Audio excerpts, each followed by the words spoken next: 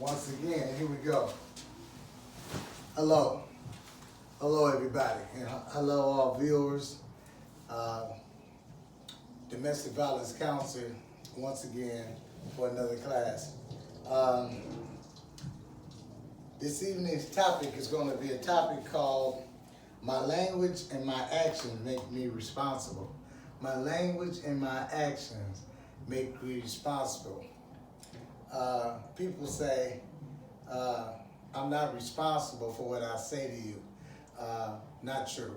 People say my actions, I'm not responsible for my actions. Not true. So we're going to delve a little deeper into that. I just wanted to let you know what was true and what was not true. It says, when it comes to being responsible in the language that we choose when we're speaking to others and the actions that take place when we give our word to something or someone seems to go hand in hand when it comes to letting people in the world know who we really are and what we really want in life. Question number one. Do you agree or disagree what comes out of your mouth will determine what you will do and also let the world know who you are? Do you agree or disagree what comes out of your mouth will determine what you will do and also let the world know who you really are? Right? Okay? Take that. Number two. Did you know our bodies and our actions are controlled by what our mind tells it to do? Our body and our actions are controlled by what our minds tell it to do. I mean, like I say, I want to move my arm. I want to exercise. I want to do some of them old school Santa Rita, calisthenics or something like that. My mind told me to do that. Now, my mind can also shut me down and tell me not to do that. My mind can tell me, even if I'm in the obese arena, if I don't want to walk, I won't walk. I have to tell, my mind has to be programmed or reprogrammed to make me get up and walk, even though I don't want to walk. All right? Now, number three. Does anyone know that the human body has 1 million sensory receptors in our minds that control the whole body, like touch, smell, taste, hearing, seeing, pleasure, danger, and etc. Right? Does anyone know that the human body has over 1 million sensory receptors in our minds that control the whole body, like touch, smell, taste, hearing, seeing, pleasure, and danger, and etc. It senses stuff. It senses stuff. It's like, okay, the house is on fire. Ooh, that smells good. Mama must be cooking a cake. I hear something. Sensory. I feel something. Danger. Something is happening. I must get out of here. Those kind of things. All right, number 4. Do you know that our minds have over 10 billion sensory receptors that work on our imagination, right? I know she doing something. No, she can't tell me nothing. I mean, how we just be like tripping, it's like our boo or our significant other, our spouse, hasn't answered their phone or whatever like that. And so your mind says, I know they're doing something. Doesn't mean you're right, though. I don't want to let you get too far out there on what I'm trying to convey to you. Right? Okay. Number 5. Does anyone have a history of getting in relationships? It says, did you know that our minds have over 10 billion sensory receptors that work on our imagination? Okay, we got that. 5 says, does anyone have a history of getting in relationships and making your relationship partner human gods of your imagination? Does anyone have a history of getting in relationships and making your relationship partner human gods of your relationships? You know what I'm saying? I mean, you know how it is. Well, you've been there where you used to pray and stuff like that. Now, whatever your boo tells you, whatever they want you to do, you do it.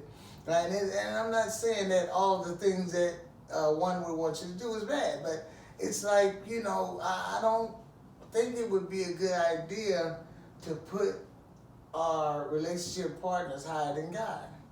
That could be dangerous because, if you get sick, if you need something to really, really come through for you, if you are looking to have a baby or something and you've tried over 100 times and it just hasn't worked, I don't think your partner is going to be the one responsible for making it work. I think you're going to have to go to a higher being, a higher something, a power greater than the earth has power. And that way would probably be the right thing, but to each his own, right? There are believers and there are non-believers, and I understand that and I respect that. All right? Number 6. When you examine your life, who would you say has been controlling your body, mind, and imagination? Your relationship, spouse, friends, or your associates? I mean, sometimes we also are letting people outside of ourselves be those human guys. Like some of us that cannot leave the neighborhood. Some of us that cannot go a block over the railroad tracks from the neighborhood. Some of us that can't go anywhere where it looks prettier than the neighborhood. Some of us cannot drive 3 miles out just to see what the houses and the property development is looking like on the outskirts of the neighborhood. Some of us just cannot do that. So there are powers within and powers without.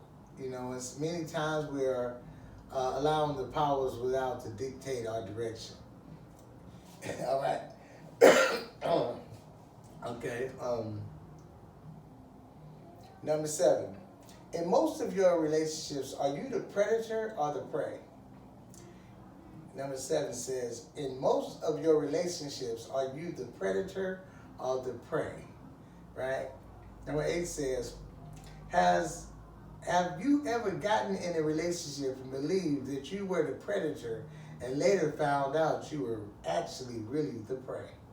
I mean, have you ever got there? I mean, like, some of us have gone in there and say, ooh, she's a softie, or she's a piece of cotton, or he's weak, he's whatever. And it's very interesting. I've had family members even being told by older family members about their relationships, and I've heard individuals within the family say, Mama, he's weak, or Mama, she's real weak, right? And I remember them telling their mother these things about how weak their relationship partner is, and I remember their mother telling their child, no, you're the one weak, honey, or you're the one weak, son, right? Because as long as many people take the positioning of calling someone weak, they stop looking at themselves, right? And you can be very fooled sometimes. So I asked the question, are you the predator or the prey, right? And have you ever gotten in a relationship and believed that you were the predator and later found out you were actually the prey, right? Because you can be the prey and think you're the predator, think you're the tough person, think you're the hard person, think you're the smart person, really find out you might be what they call dumb person. All right? Number 9. In most of your relationships, are you known to allow what they look like on the outside to block or distort the good or bad they may possess on their insides? In most of your relationships, are you known to allow what they look like on the outside to block or distort the good or bad they may possess on their insides? It's a question, right? True enough, we do that. True enough, a big in the back, that a nice shape this way. Some of us are real turned on by big girls, right? And people are beautiful for all sizes, but some of us are turned on by what they may look or what he or she may look like on the outside and be very distorted on what's going on in the inside, right? People say, ooh, it was a love at first sight. I disagree with love at first sight, and many others will probably agree with me. We disagree with love at the first sight because love is an action word. Love shows in your actions. Even in the word, it says, judge a tree by the fruit it bears, not the fruit it wants. Because what is the tree producing? Is the tree producing love, or are you just saying it's love at first sight? All right? Okay. And then it says, number 10, defining the word tongue-aside. The definition of tongue-aside can be defined as verbal homicide, verbal genocide, pull-downs, put-downs, emotional criticism, and outright hating that can cause you or someone else 52 weeks of domestic violence classes or worse, prison time or death, right? Remember that word, tongue-aside, right? Tongue-aside. And I'll read it again. Definition for the word tongue-aside. The definition for the word tongue-aside can be defined as verbal homicide, verbal genocide, pull-downs, put-downs, emotional criticism, and outright hating that can cause you or someone else 52 weeks of domestic violence or worse, prison time or death, right? Watch that tongue. That tongue is what is known as a two-edged sword. People say, oh, I can say what I want to you, and I can say sorry later and put a Band-Aid on it. We must watch our mouth. We must think and respect others and talk to others as we would want them to talk to us. Regardless of others and people's ignorance, it's good to stay in practice to watch your tongue and not give yourself a right to just go out there and say anything and hurt anybody with anything that comes out your mouth. All right, number 11. We're going to close this out. As you continue to drive through life, picking and choosing through unhealthy relationships, are you now willing to allow God to take the wheel, to take and control the wheel? As you continue to drive through life, picking and choosing through unhealthy relationships, are you now willing to allow God to take and control the wheel? Right? What do I mean? God driving is a whole lot better than when I drive, right? When I drive, I still need God to drive and hold and protect the wheel. I need God to protect the other people's wheels that's driving on the highway and the byways, because I want to make it home.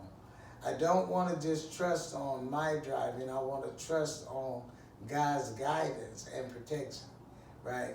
What are you trusting in is the question, right? Just another class for you guys. We're going to close this out. Another session and another blessing, right? From yours truly, the counselor. Look me up on YouTube, Domestic Violence with the Counselor, Mr. James Horton.